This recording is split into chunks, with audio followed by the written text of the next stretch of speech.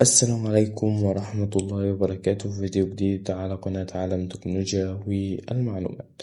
في الفيديو ده أعرفك إزاي تعمل منصة أو موقع إلكتروني للبث المباشر والأخبار الرياضية والبث المباشر للمباريات وإضافة جدول المباريات وإضافة والحاجات اللي أنت عايز، بدون ما انت تبقى متعلم برمجة وبدون ما يبقى معاك بي سي اللي هو كمبيوتر او لابتوب. انت ممكن تشتغل على التليفون عادي، وممكن كمان تشتغل على الكمبيوتر او اللابتوب. تمام، كلها متاحة. احنا النهاردة بنشتغل، يعتبر انت مش مطلوب منك حاجة خالص غير انك تنفذ الخطوات.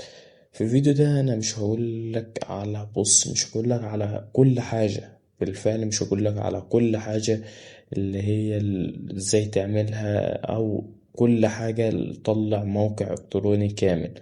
انا هقولك على الاساسيات. انا هخليك تنشئ صفحة او موقع، تمام، بس مش هنرفع مثلا استضافة الكلام ده كله في الفيديو ده. طبعا مش هينفع ده كله، تمام، لكن النهاردة تابع معايا، خليك تطلع صفحة إلكترونية. في البداية كده احنا لازم نعرف ان عشان نعمل صفحة إلكترونية في حاجات، يعني في منصات كتيرة جدا بتتيح لنا ان احنا نعمل منصة إلكترونية مجاني، وبرضه من غير ما نبقى متعلمين برمجة. منصات كتيرة جدا، لكن حاليا او بوجهة نظري فانك في البداية افضل حاجة في البداية هي بلوجر دي منصة نتعرف عليها كمان شوية. منصة حلوة جدا، سهلة التعامل. انت تقدر تكتب وتضيف الصورة، هو بيحولها لك لكود HTML جاهز وتنسخه تاخده أو أن تشتغل عليه على طول. فهنتعرف. طيب لو واحد دخل فيديو متعلم برمجة ودارس مثلا HTML، فالفيديو ده مش هيضره خالص وهيتعرف. ده هيبقى سهل عليه يعمل الصفحة، وهنقول شوية حاجات برضه هيبقى سهلين عليه جدا ان هو يعمل الصفحة في أسرع وقت. تمام أو يعمل الموقع. تعالى مثلا ندخل على موقع مثلا زي ده. تمام، نشوف مثلا هنا بس مباشر مباراة تشيلسي. تمام، ده البث ده كان من شوية. فالبث ده يعني هو حاطط حاليا صور في الصورة، وحاطط نص، وحاطط الكلام ده كله. هنعرف نعمل الكلام ده كله ازاي؟ انا بجيب لك مثال. وهنا فوق رأس الموقع، وهنا البث المباشر اللي انت داخل عليه. في الموقع ده هو ما حاططش جدول مباريات، هو حاطط لك البث على طول. وده الافضل حاليا. بدل ما تحط جدول مباراة، انت ممكن تعمل كذا صفحة من الموقع. يعني انت ممكن تعمل صفحة رئيسية، منها يقدر يدخل مثلا على صفحة جدول المباراة، على صفحة البث المباشر، على هكذا من الصفحات. تمام، حاليا احنا هنتعلم ازاي برضو نعمل بث زي كده ونشغل مثلا البث هيشتغل معاك بالشكل ده. فيلا بينا نبدأ. ندخل على أي متصفح جوجل عندك، وهنكتب في البحث بلوجر اللي هي المنصة اللي هنشتغل عليها. تمام، هيفتح معاك كذا حاجة. انت هتدوس على أول حاجة دي، يمكنك إنشاء مدونة إلى آخره. هنعمل إنشاء مدونة. إنشاء مدونتك بالشكل ده. فتح لنا الصفحة دي، بيقول لك اختار اسم المدونة. يقول لك هذا عنوان الذي يظهر أعلى مدونتك، اللي هو عنوان الموقع. تمام، فأنت تختار اسم الموقع. أنا اخترت هنا عنوان الكرة هدف اسم. تمام، بعد ما تكتب الاسم المعروض، بعد ما كتبت الاسم التاني اللي طلبه منك، وأنا هنا كتبت نفس الاسم. تمام، ندوس على إنهاء جار المعالجة. المنصة هتدوس على الثلاث شرط اللي هما كانوا على اليمين، وإنشاء مدونة وهنا اختيار اسم المدونة. هذا هو العنوان الذي يظهر أعلى مدونتك. هنا العنوان، وليكن هنسميها نفس الاسم طوات وهكذا. تمام. هنا العنوان. طيب هو في الخطوة دي طلب مني اللي هو العنوان اليو ار ال اللي هو الرابط المنصة أو الموقع. فأنا كتبت هنا أي حاجة. أنت ممكن بس عشان تكتب حاجات معينة عشان تلاقيها متوفرة. هيفتح معانا واجهة المنصة بتاعتنا. هنعمل إضافة منصة من هنا. هنعمل إضافة من علامة الزائد من هنا. وبكده ابتدينا احنا ندخل في انشاء الموقع او المنصة بتاعتنا. هنا اول حاجة العنوان. هنا تكتب عنوان المنصة. هنا انا كتبت هنا انا كتبت عنوان الموقع، او مش عنوان الموقع الاساسي، كتبت عنوان الحاجة اللي انا الصفحة اللي انا عايز اعرضها. تمام. اللي كتبناه في الاول اللي هو اول حاجة ده عنوان الموقع الاساسي، لكن هنا عنوان الصفحة. يعني انت لو جيت في البحث كتبت مثلا بس مباشر مباراة تشيلسي هيظهر معاك. طب لو كتبت الكرة هدف هيظهر معاك الصفحة الأساسية. تمام. انت ممكن تعمل صفحات زي كده كتير. صفحة مثلا تعملها لجدول المباراة، صفحة تاني تعملها أخبار، وهكذا. تمام. وهكذا في البداية هنا. طيب خلينا جلبنا الشاشة عشان كل حاجة تبان بوضوح. طيب في البداية هنا الصفحة اللي هنكتب فيها اللي احنا عايزينه ككتابة عادية. لكن انت مثلا انا جبت مثلا كود HTML جاهز من اي حتة مثلا لجدول مباراة معينة. هدوس على علامة القلم وهدوس عرض HTML وهحذف المكتوب هنا وهعمل بيست او لصق للكود اللي انا جبته. تمام. بعد ما اعمل بيست او لصق للكود اللي انا جبته هدوس على عرض وضع الإنشاء. هيجيب لك الصفحة بعد ما تنشأ. طيب هختار العنوان الرئيسي وابدأ اكتب العنوان الرئيسي. العنوان الرئيسي اللي هو بث مباشر اللي احنا كتبناه. تعالى بس دقيقة واحدة او دقيقتين هعرفك على الادوات اللي فوق. المهم تبقى عارف الادوات دي بتعمل ايه، وانت مع نفسك هتلاقي نفسك عملت الصفحة لوحدك.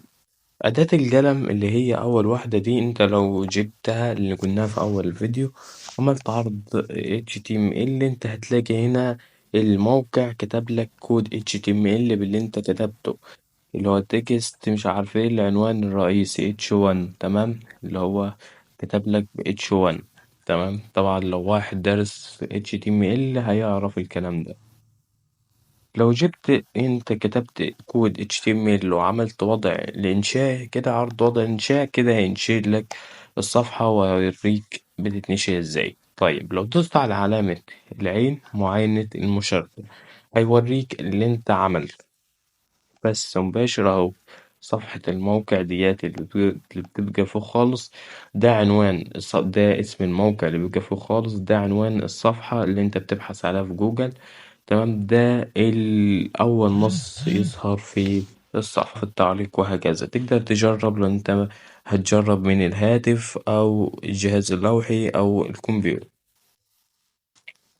تاني حاجة، انت لو كتبت حاجة وعايز ترجعها انت ممكن تدوس على تراجع من هنا، أو من هنا هتقدم هنا إعادة وهنا بيقول لك تراجع. تمام.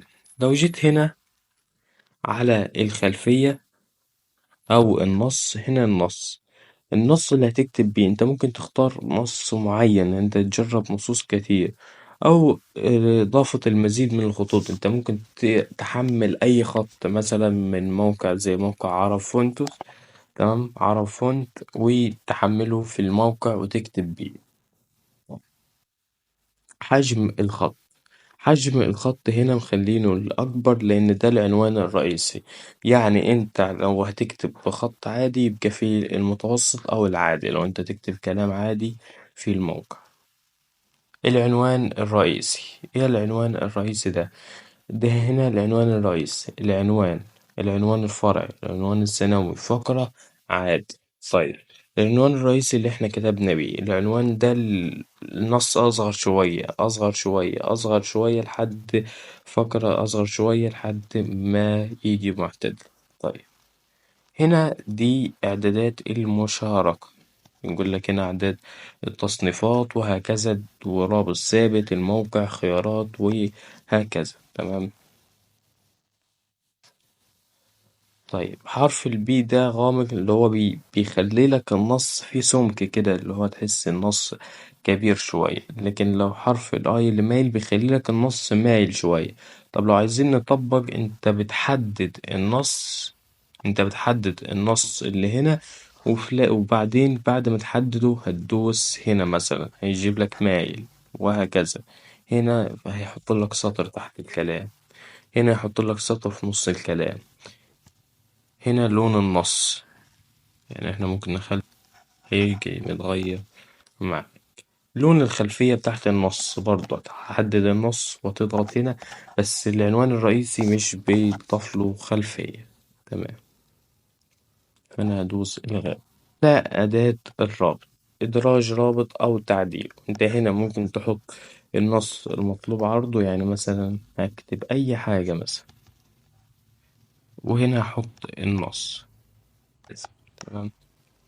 هنا فتح هذا الرابط في نافذة جديدة، يعني يفتح لك في صفحة جديدة. لو حددتها يفتح في صفحة جديدة، محددتهاش خلاص. هنا تدوس تطبيق، هيجي هنا. بص هنا يجيب لك الكلمة زرقاء كده وتحتها خط، لو دوست عليها بيجيب لك الرابط اللي انت حطيته. يعني مثلا في موقع يجيب لك مثلا شاهد المباراة من هنا أو تحميل من هنا. تمام، تلاقي كلمة تحميل لو دوست عليها بيحولك، هو بيبقى حاطط فيها رابط زي كده. تمام. طيب، تاني حاجة إدراج صورة. دي أنت لو عايز تضيف صورة دي مش محتاجة شرح. إدراج ملف فيديو، هكذا. تمام، دي إدراج صورة، إدراج ملف فيديو، وهكذا. هنا الرموز التعبيرية، وهنا علامة الترس دي، زي ما قلنا إعدادات المشاركة. لو جيت هنا على دي تنسيق الكلام، اللي هو يبقى في نص الصفحة، خلف الصفحة، يمين الصفحة، شمال الصفحة، مسافة، والكلام ده كله انت ممكن تجرب. هنا قائمة نقطية بينقط لك الكلام اللي انت بتقوله، كل جملة بيعملها لك في نقط. هنا كل جملة بيعملها لك في أرقام. هنا كل جملة بيعملها لك كده زي ما تكون في علامات تنصيص. هنا كل جملة دراج، اللي هو بيجيب لك خط في العلامة دي، أو ما بين اللي هو تنسيق من اليمين لليسار، اللي هو بيحول لك النص من اليمين لليسار. أدوات الإدخال اللي هنا اللغة الأساسية. تمام. هنا الأداة دي محو التنسيق، لو أنت ضغطت هنا يجيب لك محو التنسيق، بس في الأول هتحدد النص. احنا شرحنا الأدوات زي ما قلنا ان احنا كتبنا النص الرئيسي. المهم دلوقتي احنا نجيب الكود المباراة ازاي، ونجيب الكلام ده كله ازاي. تعال اقولك، خلك على الموقع اللي احنا شفناه في اول الفيديو تاني. طيب، الموقع حاططلك اللي فوق خالص ده الصورة عادية، انت ممكن تضيف صورة زي ما قلنا.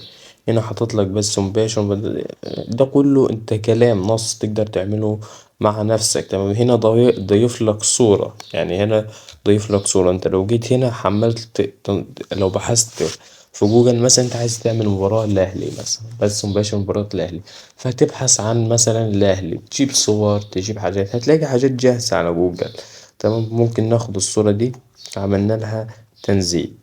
مباراة ازاي، او هنجيب البث المباشر هيبقى عندنا احنا ازاي. بص معايا هنا، نكبر شوية. هنا هنضغط على علامة المشاركة. طيب، لا بيظهر معاك مشاركة، لا بيظهر معاك حاجة اسمها كود التضمن أو كود التضمين، أو بيظهر معاك كود القناة. للتلات حاجات دول، لا المشاركة، لا كود التضمن، لا كود التضمين مثلا، أو هما الاتنين واحد، أو الكود القناة. تمام. لو مظهرش معاك في موقع معين، غالبا 90% بيظهر معاك الكود. انت هتدوس هنا على الكلمة اللي زي ما قلنا بيظهر معاه. خلينا نجرب شوية. بص، بيظهر معاك الكود بتاع المباراة جاهز، يعني بيظهر معاك كود البث المباشر جاهز. طبعا انت لو عايز تعمل كود بث مباشر، طبعا هنا في الأول ناخده كوبي. فهنا ناخد الصفحة الأساسية بتاعتنا. طبعا هنا مثلا تعالى ولنيكن نضيف مثلا، احنا جبنا صورة، احنا نزلنا صورة من على الموقع، تعالى نضيفها. بعد ما هنا اخترت الصورة اللي انا هحطها، هدوس تحديد هيحط لي الصورة. نتحكم في المقاس بتاعها زي ما احنا عايزين، والكلام ده كله. هنا الاعدادات، هنا النص، هنا كل حاجة تتحكم فيها هتظهر معاك، لكن احنا بس هنسيبها كده عشان وقت الفيديو. تمام. هننزل تحت هنا مثلا هنحط كود القناة اللي احنا جبناه. مثلا هنضيف نص هنا بس المباشر هكذا. تمام، انا ضفت كلمة البث المباشر بحيث نحط تحتها الايه، الكود. تمام، مش هنحط الكود اللي احنا جبناه في الصفحة نفسها. بص هتعمل ايه، زي ما انا قلت لك، اي كود معاك هتحطه في عرض HTML، اي نص معاك هتحطه في عرض وضع الانشاء. يعني هنا ما ينفعش تحط، شايف هنا انشاء لك كل حاجه. شوف لما بص كل حاجه انشأها لك. ما ينفعش هنا نحط نص، هنا نحط الكود فقط. تمام. قررت السطر، عملت سطر تاني اللي هو جديد بعد بس كلمة البث المباشر اللي احنا ضفناها. عملت ضفت الرابط اللي احنا جبناه من الموقع. خلي بالك الموقع اللي احنا دخلنا عليه، لو جيت لاحظت، يعني لو حد لاحظها مثلا، بص هنا اسم الرابط ده مثلا في لايف كورة لايف. الموقع ده صاحب الرابط ده اسمه كورة لايف. الموقع اللي احنا دخلنا عليه ما اسموش كده، فهو عامل نفس الطريقة اللي احنا جبنا بيها الكود. ملاحظ انت؟ فانت مش انت بس اللي هتعمل كده يعني. تمام. فالضف عندنا بس المباشر هنا اهو تحت. تمام. هنضيف المعاينة عشان نشوف عملنا ايه. بث مباشر. تمام، بث مباشر مباراة تشيلسي وهكذا. احنا مش عايزين الكلام ده كله، احنا بس بنتدرب او نشوف احنا انشأنا ايه. هنا هنلاقي البث المباشر اتضاف معانا. الله عليك، المباشر اتضاف معانا ونشغل، نقدر نشغل البث. بس هو مش هيشغل معانا لان احنا مش عاملين الموقع نفسه، يعني احنا داخلين بنشوف من المعاينة مش بتشغل. تمام. هنطلع بس كده، وممكن نضيف اي حاجة كمان. يعني انت ممكن نعمل صفحة ممكن تعملها نشر من هنا، وندوس تأكيد من هنا كده اتنشرت معاك. هنا بيجيب لك كم واحد شافها، عدد التعليقات. هنا ممكن تعملها مشاركة وهكذا. طيب الاستضافة، بخصوص الاستضافات ونشرها على جوجل نفسه هنتكلم عليها في فيديو تاني. يعني هنا الإحصائيات، التعليقات، هنا الأرباح، وركز الأرباح وهكذا، الصفحات، التنسيق، المظهر، الإعدادات، عرض المدونة وهكذا. ممكن نعمل صفحة تاني ونسميها مثلا عنوان أخبار رياضية، أخبار النادي الأهلي، هكذا. نضيف الأخبار، نضيف الصور، نضيف النصوص وهكذا. نتعرف على حاجات كتير جدا، فيديوهات قص، إلغاء النشر أو نقل إلى سلة المهملات. تمام. كده احنا شرحنا فيديو مهم جدا، شرحنا فيديو وضحنا ازاي نعمل منصة، اتعرفنا ازاي نضيف البث المباشر فقط. تمام. الفيديو الجاي هسيب لو هنضيف جدول مباريات، هنضيف جدول مباريات متغير. ممكن نتعرف كمان على ازاي نعمل بث مباشر خاص بينا احنا. ممكن كمان نتعرف على ازاي نعمل صفحة رياضية كاملة. تمام، ونضيفها، او ممكن اسيب لك HTML كود جاهز، انت بس تعدل كام نص فيه وكده هيظهر معاك الصفحة كاملة بتاعتك انت.